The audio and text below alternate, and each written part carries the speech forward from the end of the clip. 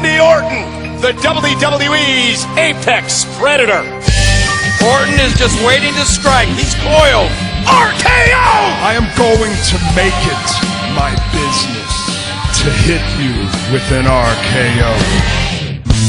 I grew up in a wrestling family. My father wrestled, my uncle wrestled as well, and so did my grandfather, and that makes me a third-generation wrestler.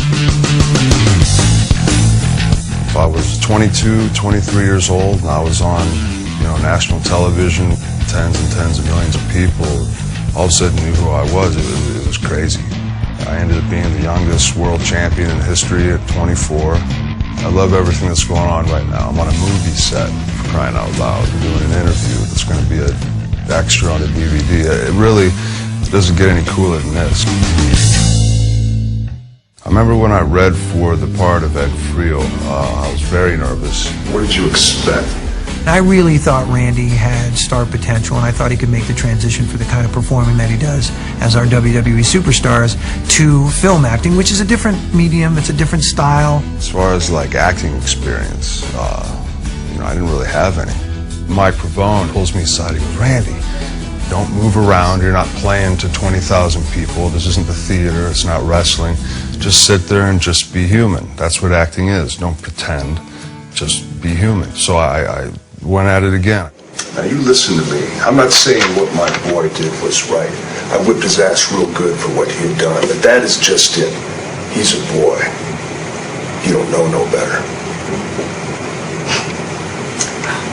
Give that speech again and pull it all together. But see, your instincts are good because now you are starting to threaten. This is an escalation. That little piece of advice, wow, maybe I can do this, I was thinking. When this part came along, I thought it was something that I could plug Randy into and get him a great head start on an acting career because it was a very pivotal role.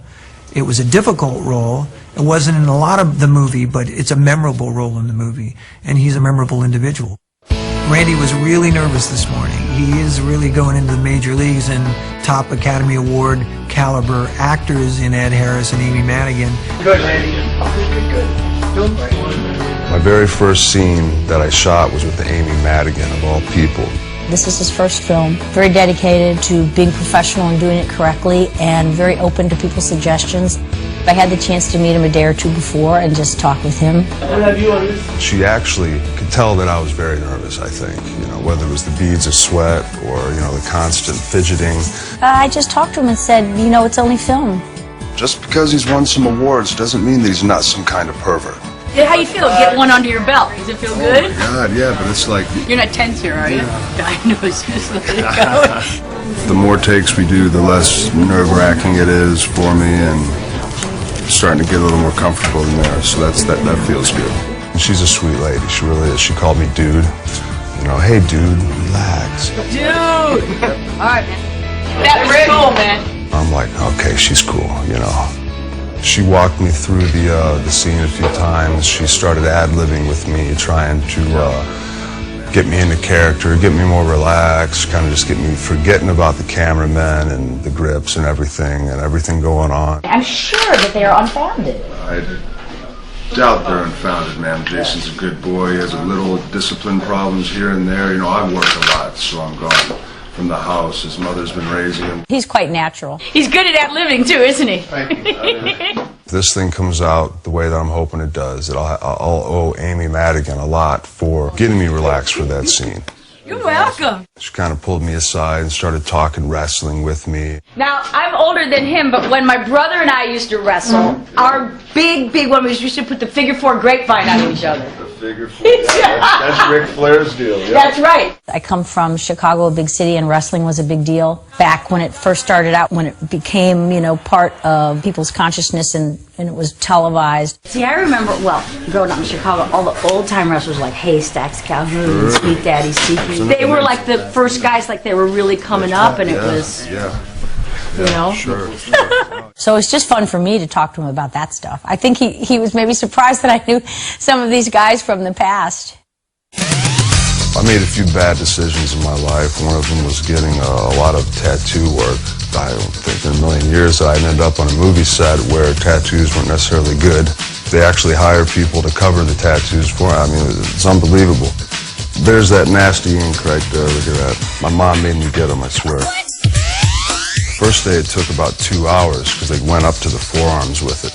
Bless that makeup artist's heart, her name's Fleur, and she's great. It's tedious, you know, just the way that she had to apply all the makeup and go over, powder it, apply it.